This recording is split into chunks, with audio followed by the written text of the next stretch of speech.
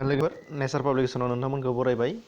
दिनै नोंथांमोननि सिगाङाव मोनसे गोदान भिडिअ लाबोदों। बे जाहैबाय नोंथांमोनहा नुनो मोनदों गासै DLED कर्स लागिरि बिथांमोननि थाखाय जोबोद सुबिदा गोनां एबा जोबोद गोनां खौरां।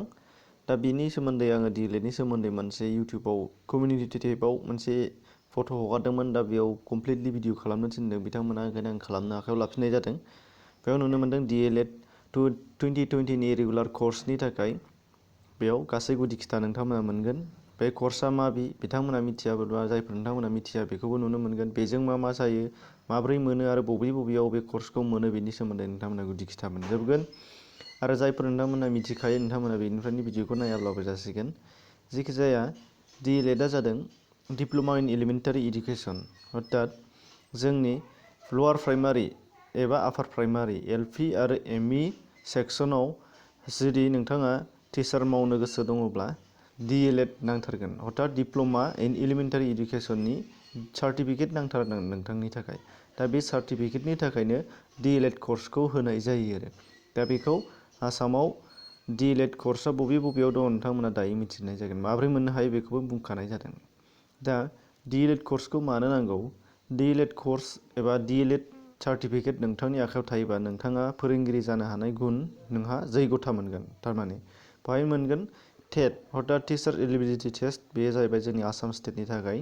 दा बेयाव फोरोंगिरि नांगौ जायोबा जोङो टेट एग्जाम फाथियो। टेट एग्जामखौ पास जाबासो जोङो फोरोंगिरि मावनो मोनो। आरो टेट एग्जामखौ होनो थाखाय, जिरायनो थाखाय, नोंथाङा इलिजिबोल जानो थाखाय नोंथाङा फार्स्टआवनो DLED सार्टिफिकेटखौ एप्लाइ खालामनायाव होनो हानांगोन।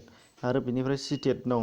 CTETआ जाहैबाय सेन्ट्रेल टिचार्स एलिजिबिलिटि टेस्ट। बाव सेन्ट्रेल स्कुलफोराव नोंथाङा एप्लाइ खालामनो हागोन। बेजों जुदि जेरै नवोदया, केन्द्रीय बिद्यालया बायदियाव नोंथाङा बेनि थाखाय इलिजिबोल जागोन। दा बे CTET एग्जामखौ होनो थाखायबो नोंथाङा DLED कर्सखौ नांथारगोन एबा DLEDनि डिप्ल'मा बा सार्टिफिकेटखौ नांथारगोन। दा बेनि थाखायनो नोंथांमोननि थाखाय देग्लाय 2020 मायथाइनि थाखाय DLED कर्सखौ माब्रै मोननो हागोन बेनि नोंथांमोननि थाखाय एडभार्टाइजमेन्ट होदों। दा बे एडभार्टाइजमेन्टनि सोमोन्दै नोंथांमोनखौ गुवारै बेखेवना होनो आखायाव लादों। बे एडभार्टाइजमेन्टआव नोंथांमोना नुनो मोननाय जादों बेखौ SCERT, अर्थात state council educational research and training बेनिफ्राय नोंथांमोनहा नुनो मोनदों बिथांमोनहा बे कर्सखौ बानायो हिसाबै बिथांमोनहा बेखौ पाब्लिश खालामनानै होदों।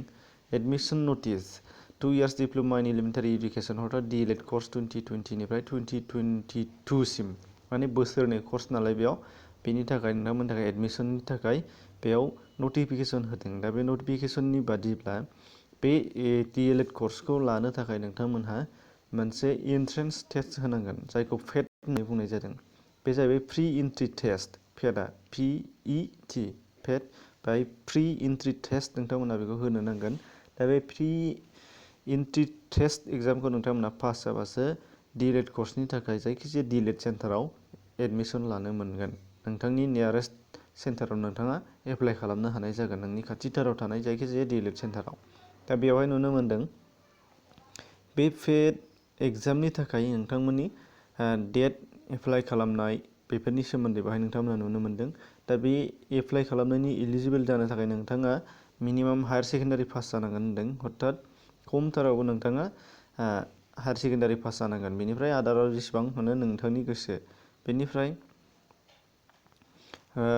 नोंथांमोनहा बेयाव गोसो होनांगौ बाथ्रा दंबावो। हायार सेकेन्डारि एग्जामाव नोंथाङा 50% मार्कस लाखिनो हानाय जानांगोन, अब्लासो DLED कर्सखौ मोनगोन। 50% हायार सेकेन्डारियाव, अर्थात HS फाइनालाव 50% मार्कस लानानै उथ्रिनाय जानांगोन। बेनिफ्राय ST, P आरो STH, जायखिजाया जोंहा ST हिसाबै जोङो 5% रिलेक्सेसन मोनगोन। दा बेवहाय 45% बानो जोङो एडमिसन मोननो हानाय जागोन, एडमिसननि थाखाय एप्लाइ खालामनो हानाय जागोन। एजआ जाहैबाय, एजआ 18निफ्राय 34 इयार्ससिम दङ। आरो बेयावबो ST SC हिसाबै बेनिफ्राय मा दङ, रिलेक्सेसन दङ आरोखि बोसोरनै, अर्थात 34 आरो बोसोरनै बारायोबा 36 सिम एप्लाइ खालामनो हानाय जागोन जुदि नोंथाङा ST बा।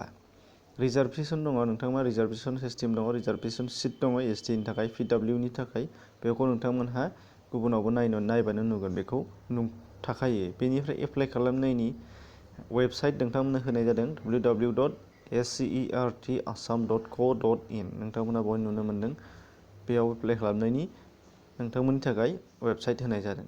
एप्लिकेसन फिसआ जाहैबाय गासै 400 रां। दा बेखौ नोंथांमोनहा अनलाइन बेंकिं डेबिट कार्ड बायदिसिनाजों नोंथाङा एप्लाइ खालामनायाव बेखौ पेमेन्ट खालामनो हागोन। बेनिफ्राय एडमिट कार्ड होगोन। एडमिट कार्डआ जाहैबाय नोंथाङा नोंथांनि जाय साइटआव नोंथाङा एप्लाइ खालामगोन बेयावनो मोननाय जागोन। 22 एप्रिलनिफ्राय बेयाव एडमिट कार्डखौ होनाय जागोन होनदों। बेनिफ्राय माब्ला एग्जामखौ लानाय जागोन होनदों। Date of pre entry test exam जागोन 26 एप्रिलाव जागोन। 22 एप्रिलाव एडमिट मोनगोन, 26 एप्रिलाव जागोन। बेनिफ्राय एप्लाइ खालामनायनि गासै गुदि खिथानि टाइम बेखौ नोंथांमोना मिथिनांगौआ जाहैबाय date of opening of online submission of एप्लिकेशना जाहैबाय 16 मार्च 2020। बेनिफ्राय date of closing of the online साबमिशना जाहैबाय 3 एप्रिल। अर्थात 16 मार्चनिफ्राय अर्थात गाबोननिफ्रायनो बेयो जागायनानै 3 एप्रिलाव बेयो जोबहैगोन एप्लाइ खालामनाया। दा बेखिनि समनि गेजेरावनो जायफोर नोंथांमोनहा हायार सेकेन्डारि पास जानानै दङ 45% लाखिनानै नोंथांमोना बेखौ एप्लाइ खालामनो हानाय जागोन आरो नोंथाङा रेगुलार क्लास लाबाय थायाखैब्ला नोंथाङा रेगुलार लानो हानाय जागोन। मख'नो गोनांदि बेयाव क्लासआ रेगुलारसो जागोन। नोंथाङा सानफ्रोमबो बेयाव दैलि जेरै नोंथाङा कलेजनि फार्स्ट कर्स लादों बेफोरबायदि फार्स्ट कर्स बादि बेबो मोनसे क्लास जायो, रानिं जागोन। बेनि थाखायनो नोंथाङा रेगुलार लानांगौ जानानै फैगोन। दा गासैबो खोथाखौ नोंथांमोना मिथिबाय दानिया बेयो बबे बबेयाव दङ हथात आसामनि बबे बबेयाव DLED कर्स दङ बेखौ नोंथांमोननि थाखाय मिथिनो गोनां।